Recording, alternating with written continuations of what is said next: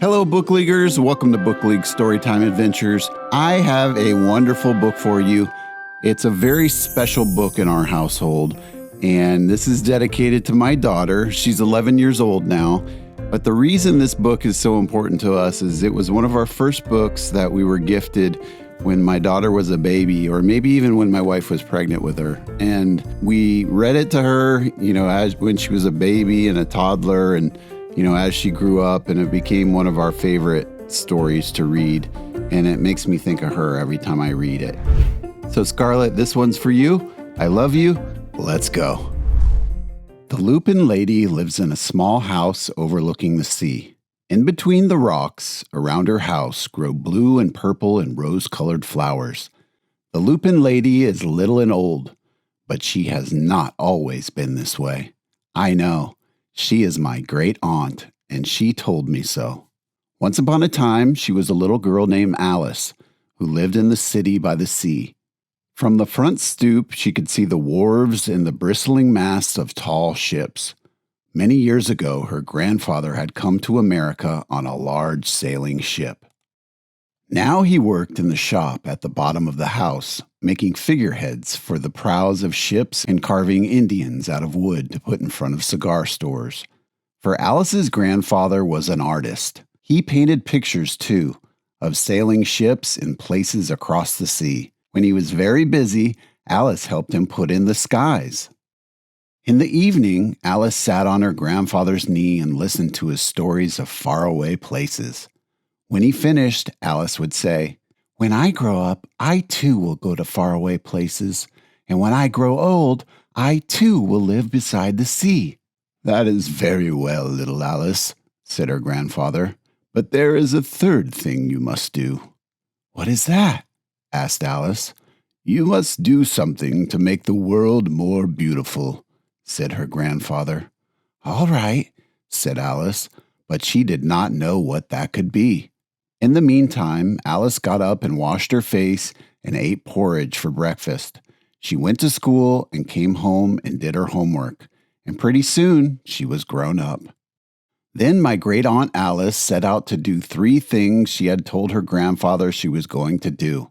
She left home and went to live in another city far from the sea and the salt air. There she worked in a library, dusting books and keeping them from getting mixed up and helping people find the ones they wanted. Some of the books told her about faraway places. People called her Miss Rumphius now. Sometimes she went to the conservatory in the middle of the park. When she stepped inside on a wintry day, the warm, moist air wrapped itself around her and the sweet smell of jasmine filled her nose. "This is almost like a tropical isle," said Miss Rumphius, "but not quite." So Miss Rumphius went to a real tropical island where people kept cockatoos and monkeys as pets. She walked on long beaches picking up beautiful shells. One day she met the Bapa Raja, king of the fishing village. "You must be tired," he said. "Come into my house and rest." So Miss Rumphius went in and met the Bapa Raja's wife. The Bapa Raja himself fetched a green coconut and cut a slice off the top so Miss Rumphius could drink the coconut water inside. Before she left, the Bapa Raja gave her a beautiful mother-of-pearl shell on which he painted a bird of paradise in the words, "You will always remain in my heart." "You will always remain in mine too," said Miss Rumphius. My great-aunt, Miss Rumphius, climbed tall mountains where the snow never melted. She went through jungles and across deserts. She saw lions playing and kangaroos jumping, and everywhere she made friends she would never forget. Finally, she came to the land of the lotus eaters, and there, getting off a camel, she hurt her back. "What a foolish thing to do," said Miss Rumphius. "Well, I have certainly seen faraway places. Maybe it is time to find my place by the sea." And it was, and she did. From the porch of her new house, Miss Rumphius watched the sun come up. She watched it across the heavens and sparkle on the water, and she saw it set in glory in the evening. She started a little garden among the rocks that surrounded her house, and she planted a few flower seeds in the stony ground.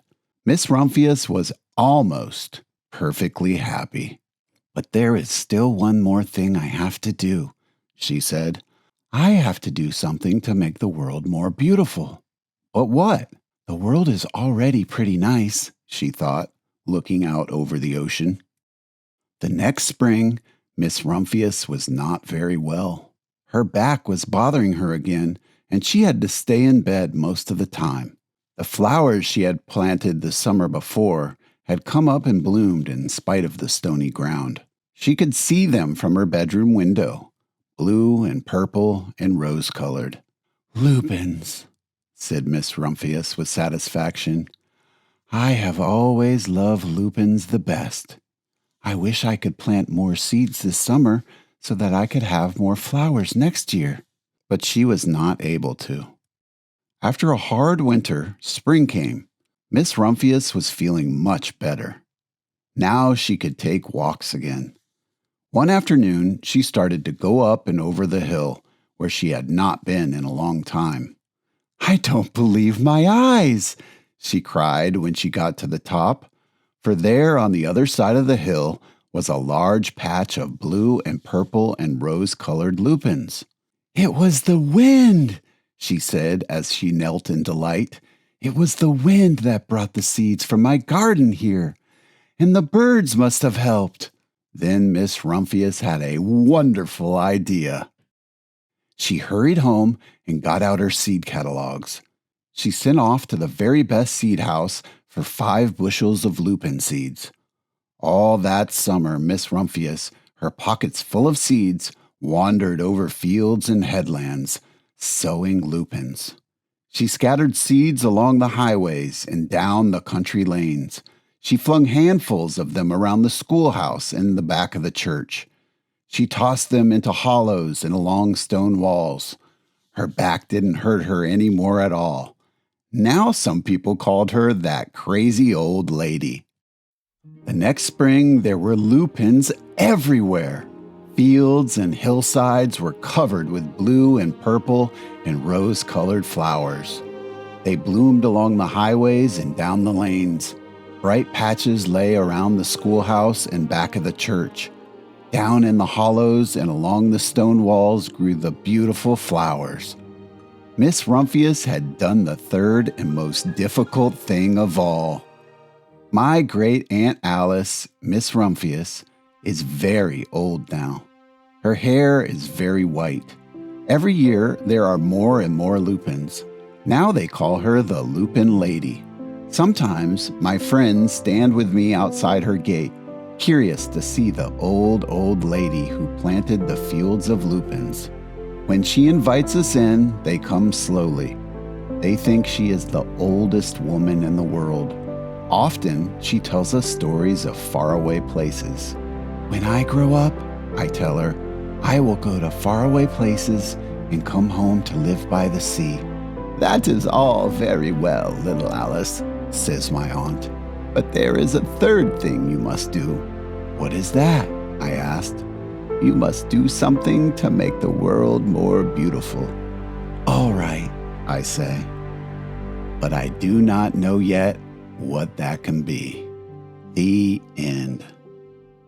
Let this be a challenge to you guys. What can you do to make the world more beautiful?